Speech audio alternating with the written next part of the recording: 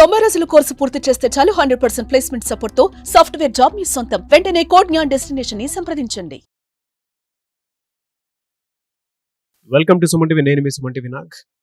Bollywood star hero Saif Ali Khan అతన్ని కొంతమంది దుండగులు కత్తితో పొడిచినట్లయితే ప్రస్తుతం బ్రేకింగ్ న్యూస్ చూస్తున్నాం మనం. దానికి సంబంధించినటువంటి పూర్తి డీటెయిల్స్ ఏంటి అండ్ ఎవరై ఉంటారు, దేనికి సంబంధించినటువంటిది. ఎందుకంటే దేవరా సినిమా తర్వాత చాలామంది సినిమా ఇండస్ట్రీ నుంచి దేవరా 2 ఎప్పుడు వస్తుంది, బ్లాక్ బాస్టర్ హిట్ కదా, సైఫ్ అలీ ఖాన్ రోల్ ఏ విధంగా ఉండబోతుంది అనుకునేటువంటి దాంట్లో కొంత చర్చనీయాంశంగా మారినటువంటి అంశాలు కూడా చూసాం మనం. అంటే సైఫ్ అలీ ఖాన్ గారికి ఇక్కడ తెలుగులో కూడా అంత ఆదరణ దొరికింది అని చెప్పడంలో ఏమాత్రం సందేహం లేదు. అయితే అటువంటి తరుణంలో ఇటువంటి న్యూస్ వినటం అనేది చాలా పెద్ద షాక్కి గురి చేసిందని చెప్పడంలో ఏమాత్రం సందేహం లేదు. అయితే ఏం జరిగింది, వాటికి సంబంధించినటువంటి పూర్తి డీటెయిల్స్ ఏంటి అనేది ఈరోజు మనతో పాటు హైకోర్టు అడ్వకేట్ అలగిరి రవీంద్రనాథ్ గారు ఉన్నారు. వారి మాటలో తెలుసుకుందాం. Hello sir. హాయ్ అండి నాగరాజ్ గారు. బాలీవుడ్ స్టార్ సైఫ్ అలీ ఖాన్ గారు వాళ్ళ కొంతమంది దుండగులు వచ్చి కత్తితో పొడిచారని చెప్పేసి ఎమర్జెన్సీలో ఉన్నారు అని చెప్పేసి తెలుస్తోంది మనకి. దీనికి సంబంధించినటువంటి పూర్తి వివరాలు ఏంటి సార్? ఆదిపురుష్ సినిమాలో రావణుడి పాత్రగా, దేవర సినిమాలో జూనియర్ ఎన్టీఆర్ యొక్క ఫ్రెండ్ భైరా పాత్రలో మనకు బాగా పరిచయం వ్యక్తి అంటే సైఫ్ అలీ ఖాన్. చాలామందికి తెలుగులో ఇప్పుడిప్పుడే 2 సినిమాలుగా పరిచయం ఉన్నప్పటికీ కూడా అతను 1990s నుంచి కూడా ఒక గొప్ప నటుడు, పద్మశ్రీ అవార్డు గ్రహీత కూడా. 2010లోనే ఆయనకి పద్మశ్రీ అవార్డు కూడా రావడం జరిగింది. అటువంటి సైఫ్ అలీ ఖాన్ ఈరోజు మార్నింగ్ 2:30 సమయంలో బాంద్రాలో, ముంబైలోని బాంద్రాలోని వెస్ట్ బాంద్రాలో ఆయన ఉన్న నివాసం ఫార్చ్యూన్ హైట్స్లో ఆయన మీద ఒక దుండగుడు అటాక్ చేశాడని, 11th ఫ్లోర్లో ఉన్న ఆయన హౌస్ మీద ఈయన నిద్రిస్తున్న సమయంలో, అంటే పడుకున్న సమయంలో కొంతమంది దుండగులు వచ్చారా, ఒకడు వచ్చాడని పోలీస్ ఇన్వెస్టిగేషన్ తేలవలసింది. అయితే ఆ వ్యక్తి అంటే చిల్డ్రన్స్ రూమ్లో పడుకున్నటువంటి సైఫ్ అలీ ఖాన్ మీద దుండగుడు అటాక్ చేస్తే ఆ దుండగుడితో పాటు సైఫ్ అలీ ఖాన్ ఇద్దరు కూడా ఒక కాసేపు అక్కడ ఒక కోట్లాట జరిగింది. ఆ కోట్లాటలో భాగంగా అతను షార్ప్గా ఉన్నటువంటి ఒక కత్తిని తీసుకుని సైఫ్ అలీ ఖాన్ని పొడిచినట్టుగా ఇమీడియట్గా ఆయనకి ఇంజూరీ అయింది. ఇంజూరీ అవడంతో ఇమీడియట్గా లీలావతి హాస్పిటల్ తీసుకెళ్ళి ఆయన అడ్మిట్ చేయడం కూడా జరిగింది మార్నింగ్ 3:30 ఆ సమయంలో. సో మనకి ఇక్కడ పోలీసులు అందించిన ఇన్ఫర్మేషన్ ప్రకారం మనకు తెలిసిన ఇన్ఫర్మేషన్ ఏంటంటే మార్నింగ్ అరౌండ్ 2:33 ఆ మధ్య ప్రాంతంలో ఒక బర్గ్లర్ అంటే ఒక దొంగతనం చేయడానికి వచ్చే ఒక వ్యక్తి ఇంటిలోకి వచ్చాడని చెప్పి అతను అటాక్ చేశాడని మనకి పోలీసులు తెలుపుతున్నటువంటి వివరాలు. దీని మీద పోలీసులు కూడా 7 టీమ్స్ వాళ్ళు ఆల్రెడీ ఇప్పుడు చేయడం జరిగింది. 7 టీమ్స్ పూర్తిగా ఇంటరాగేషన్ చేస్తున్నారు. ఇంట్లో పనిచేస్తున్నటువంటి వర్కర్స్ మీద, అదేవిధంగా ఎవరెవరైతే ఇంటికి వచ్చారో, ఏం చేస్తున్నారు, అన్ని విషయాల మీద కూడా పోలీసులు తీవ్రంగా ఇంటరాగేషన్ 7 టీమ్స్గా డివైడ్ చేస్తున్నారు. అయితే ఇప్పుడు మనకు పోలీసులతో పాటు అక్కడ హాస్పిటల్ యాజమాన్యం ఏదైతే మనకి లీలావతి హాస్పిటల్ ఉంటే అక్కడ నీరజ్ ఉత్మాని అని చెప్పి అతను ఇచ్చిన ఇన్ఫర్మేషన్ ప్రకారం ఏంటంటే సైఫ్ అలీ ఖాన్ గారి బాడీ మీద పూర్తిగా తీవ్రంగా 2 గాయాలు చాలా తీవ్రంగా ఉన్నాయి. ఇక మిగిలిన 4 చోట్ల స్వల్ప గాయాలు ఉన్నప్పటికీ కూడా తీవ్రమైన గాయాలు, ఈవెన్ దో స్పైన్ కార్డు కూడా టచ్ చేసినట్టుగా గాయాలు ఉన్నాయని చెప్పి ఇప్పుడు మనకు అందిన తాజా న్యూస్ ఏంటంటే ఆయన బాడీ నుంచి 2 to 3 పీసెస్ ఉన్నట్టు ఒక షార్ప్ ఒక ఎడ్జ్ కూడా ఆయన ఇప్పుడు జస్ట్ సర్జరీ అయింది.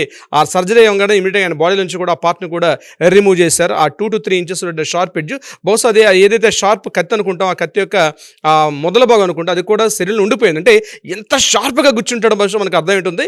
అయితే ఇమీడియట్గా ఆ షార్ప్ పార్ట్ని తీశారు. దీంతో పాటు సర్జరీస్ కూడా అయినాయి. At the same time cosmetic surgeries కూడా అవుతున్నాయి. అయితే ప్రాణాపాయం అయితే తప్పింది. ఇప్పుడు మనకు అది ఇన్ఫర్మేషన్ ఏంటంటే పోలీస్ అంటే హెల్త్ బులెటిన్ రిలీజ్ చేశారు అక్కడ లీలావతి హాస్పిటల్లో.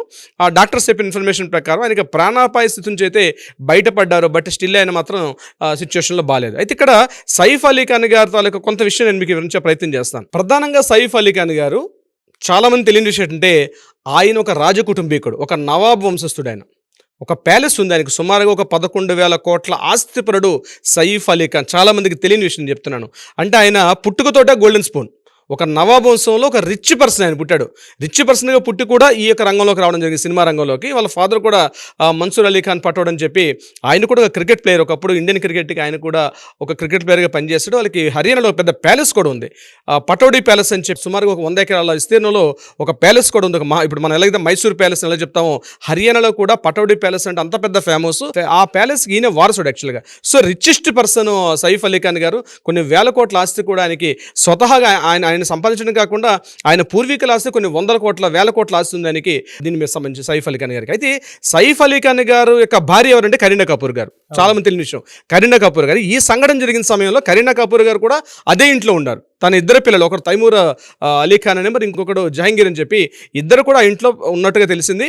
ఇమీడియట్గా కరీనా కపూర్ గారు కూడా ఒక ప్రెస్ నోట్ రిలీజ్ చేశారు. తను కూడా ప్రెస్ నోట్ రిలీజ్ చేసి ఈ యొక్క సంఘటన జరిగింది, తనకు గాయాలు జరిగింది, ఇమీడియట్గా మేము లీలావతి హాస్పిటల్లో జాయిన్ చేయడం జరిగింది కాబట్టి మీడియాలో కూడా ఎక్కువగా రాంగ్ ఇన్ఫర్మేషన్స్ స్ప్రెడ్ చేయదని చెప్పి ఆవిడ రిక్వెస్ట్ చేసి ఒక ప్రెస్ నోట్ కూడా రిలీజ్ చేశారు కరీనా కపూర్ గారు కూడా.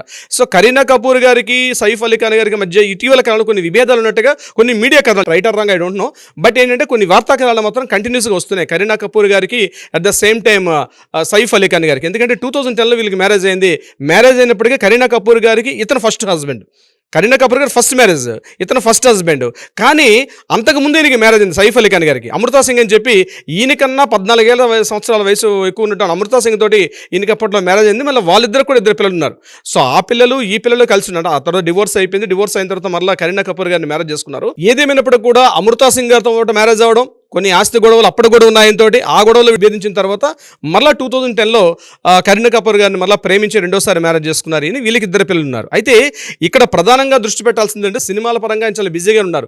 ఇటీవల మనకు వచ్చిన దేవర సినిమాలో కూడా సెకండ్ పార్ట్ 2 కూడా ఆయన ప్రిపేర్ అవుతున్నారు. మీరు ఇంతగా చెప్పినట్టు ప్రోలో చెప్పినట్టుగా స్క్రిప్ట్ వర్క్ మీద కూడా కొంటున్నారు. సో ఇటువంటి సందర్భంలో ఇది కాకుండా మరొక 2 మూవీస్ ఉన్నాయి. ఇది కాకుండా నెట్ఫ్లిక్స్లో ఒక వెబ్ సిరీస్ కూడా ఈయన మీద రెడీగా ఉంది. సో ఈయన బిజీ షెడ్యూల్ ఉన్నప్పుడు కూడా కొంత ఆస్తి తగాదాలు ఉండొచ్చు అనే కోణంలో కూడా కొంతమంది పోలీసులు ఇంట్రాగేషన్ చేస్తున్నారు. ప్రధానంగా ఇంకోటి అంటే ఎవరైనా దొంగ అంటే అన్ఐడెంటిఫైడ్ పర్సన్, అపరిచితుడైన ఒక వ్యక్తి ఇంటిలోకి ధైర్యంగా వచ్చి ఇంటిలోకి ప్రవేశించి 11th ఫ్లోర్లో ఈయన ఉన్నటువంటి హౌస్ మీదకి రావడం అన్నది అంటే కింద సెక్యూరిటీ గార్డ్స్ ఉంటారు, సీసీ కెమెరాస్ ఉంటాయి, ఇంత ఫుటేజ్ ఉన్నప్పుడు కూడా ఒక అగంతకుడు ఎలా రాగలిగాడు అన్న విషయం మాత్రం ఇప్పుడు కూడా సస్పెక్ట్ చేయాల్సి వస్తుంది. ఎందుకంటే మామూలుగా చిన్న అపార్ట్మెంట్ పెట్టుకుంటే సీసీటీవీ ఫుటేజ్ ఉంటాయి. అటువంటిది ఆల్రెడీ ఒక మల్టీ స్టార్, ఇంతకుముందు మన సల్మాన్ ఖాన్ మీద కూడా ఒక 2-3 సార్లు అటాక్స్ జరిగింది ఇదే సందర్భంలో. అంటే ఇంకో కారణాలు అయ్యుండొచ్చు. కానీ సినిమా స్టార్స్ నేపథ్యంలో ఇటీవల కాలంలో దాడులు అయితే జరుగుతున్నాయి. అవి ఆస్తి తగాదాలు కావచ్చు, లేకపోతే ఇతరత్ర ఏ కారణం అయినప్పుడు కూడా అయితే ఇంత పకడ్బందీ వ్యవస్థ, ముఖ్యంగా వెస్ట్ బాంద్రా అనేది చాలా రిచెస్ట్ ఏరియా, చాలా కాస్ట్లీయెస్ట్ ఏరియా. ఇటువంటి సందర్భంలో ఆ రిచెస్ట్ ఏరియాలోకి ఒక అగంతకుడు, అది కూడా సీసీటీవీ ఫుటేజ్ పనిచేస్తున్నాయి, కొన్ని 100 మంది అక్కడ సెక్యూరిటీ గార్డ్స్ పనిచేస్తున్నారు. ఇటువంటి సమయంలో ఆయన 11th ఫ్లోర్కి ఎలా వెళ్ళగలిగాడు, ఆ 11th ఫ్లోర్లో ఈయన ఉన్నటువంటి బెడ్రూమ్ ఎలా తెలుసు ఆయనకి, ఆ బెడ్రూమ్ చిల్డ్రన్స్ రూమ్లో జరిగిందని చెప్తున్నారు. అంటే బెడ్రూమ్ నుంచి మళ్ళీ చిల్డ్రన్స్ రూమ్లోకి వచ్చారు అటాక్ జరిగినప్పుడు. పోలీసు చెప్పిన ఇన్ఫర్మేషన్ అంటే ఈయన బెడ్రూమ్లో పడుకుంటే అక్కడ రావడం జరిగింది. ఆ సౌండ్స్ విని ఆయన లేచిన తర్వాత చిల్డ్రన్స్ రూమ్లో వచ్చారు. చిల్డ్రన్ రూమ్లో ఇద్దరి మధ్య కాస్త వాగ్వివాదం, చాలా తోపులాట, కాస్త ఒకరొకరు కొట్లాడుకున్న పరిస్థితి వచ్చింది. అయితే 11th ఫ్లోర్ వరకు ఈయన ఎలా వెళ్ళడం జరిగింది, ఇది పోలీసు సస్పెక్ట్ చేస్తున్న విషయం. అయితే అగంతకుడిగా సీసీటీవీ ఫుటేజ్ ఉన్నాయంటే ఇప్పటికీ ఈ క్షణం వరకు మనకి పోలీసులు ఎక్కడ కూడా రిలీజ్ చేసిన విషయం తెలియదు. బట్ ఏదేమైనప్పుడు కూడా బయట అనుకున్నట్టుగా ఇది ఎవరు అగంతకుడు తెలియని వ్యక్తులు చేసిన పని అయితే అయిన అవకాశం కూడా లేదు. ఎందుకంటే ఇంత పకడ్బందీగా వచ్చి ఒక పర్సన్ 11th ఫ్లోర్లో ఆయన హౌస్కి అటాక్ చేయడం అనేది ఏదో ప్రీ ప్లాన్ అయి ఉండొచ్చు. పోలీసులు కూడా 7 టీమ్స్ అంటే బహుశా ఈరోజు ఈవినింగ్ వరకు ఒక పక్క ఇన్ఫర్మేషన్ రిలీజ్ చేసే అవకాశం అయితే ఉంటుంది. ఏదేమైనప్పుడు కూడా ఎంటైర్ ముంబై అంతా కూడా ఎక్కడైతే రిచెస్ట్ సినిమా వాళ్ళు, రాజకీయ నాయకులు, పెద్ద పెద్ద ప్రముఖులు ఉన్నటువంటి వ్యాపార భయంకర బిజినెస్ మ్యాగ్నెట్స్ వీళ్ళందరూ ఉన్నటువంటి ఆ బాంద్రా ఏరియాలో ఇటువంటి సంఘటన జరగడం మాత్రం కొంత డిస్టర్బెన్స్ కుదిరింది. ఇంకా సంక్రాంతి జరిగింది, అక్కడ కూడా మహారాష్ట్రలో కూడా కొన్ని సంక్రాంతి వేడుకలు చేసుకుంటారు. ఇటువంటి సందర్భంలో ఇంకా సంక్రాంతి వేడుక నుంచి ఇంకా బయటకు కూడా రాలేదు. ఇటువంటి సందర్భంలో ఎర్లీ అవర్స్ ఇటువంటి సంఘటన జరగడం. అయితే ఒకటి ఏంటంటే మనకి అందిన ఇన్ఫర్మేషన్ హెల్త్ బులెటిన్లో ఇప్పుడు రిలీజ్ చేసిన ప్రకారం సైఫ్ అలీ ఖాన్ గారు కొంత హెల్త్ నుంచి రికవర్ అయ్యారని చెప్తున్నారు. కానీ ఇటువంటి సంఘటన మాత్రం ఎంటైర్ ముంబై వాతావరణానికి ఒక్కసారి ఉలిక్కిపాటు గురి చేసిందనడంలో ఎటువంటి సందేహం లేదు. ముఖ్యంగా సినిమా యాక్టర్స్ చాలా భయపడుతున్నారు. ఈ సంఘటన ముంబై లాంటి పెద్ద మన భారతదేశంలో ఒక పెద్ద వాణిజ్య నగరం, ఇటువంటి నగరంలో ఇటువంటి సంఘటన జరగడం మాత్రం కొంత మాత్రం డిస్టర్బెన్స్ అయితే క్రియేట్ అయింది. అయితే ఏం జరుగుతుందండి, ఏం జరిగి ఉండొచ్చు, నిజంగా అగంత కూడా, లేకపోతే ఆస్తి సంబంధించిన గొడవలా, లేకపోతే ఏమైనా సినిమాటిక్ రైవల్స్ ఉన్నారా, ఇంకా ఇతరత్ర కారణాలు ఏమున్నాయన్నది బహుశా మనం సస్పెక్ట్ చేయాల్సింది. మరికొద్ది సేపట్లో మనకి ఇన్ఫర్మేషన్ తెలుస్తుంది. అందుకని మనం కూడా అందజేసే ప్రయత్నం చేద్దాం. నాగరాజ్ గారు, డెఫినెట్గా అండి, ఎందుకంటే సైఫ్ అలీ ఖాన్ గారి గురించి కనుక మనం సెర్చ్ చేసి కనుక చూసినా చాలా విషయాలు తెలుస్తాయి మనకి. చూద్దాం దీనికి సంబంధించినటువంటి పూర్తి అప్డేట్ ఏ విధంగా ఉంటుంది అనేది మరి కొద్దిసేపట్లో తెలుస్తుంది. కాబట్టి anyways thank you so much Ravindranath garu. Thank you so much Nagaraj గారు.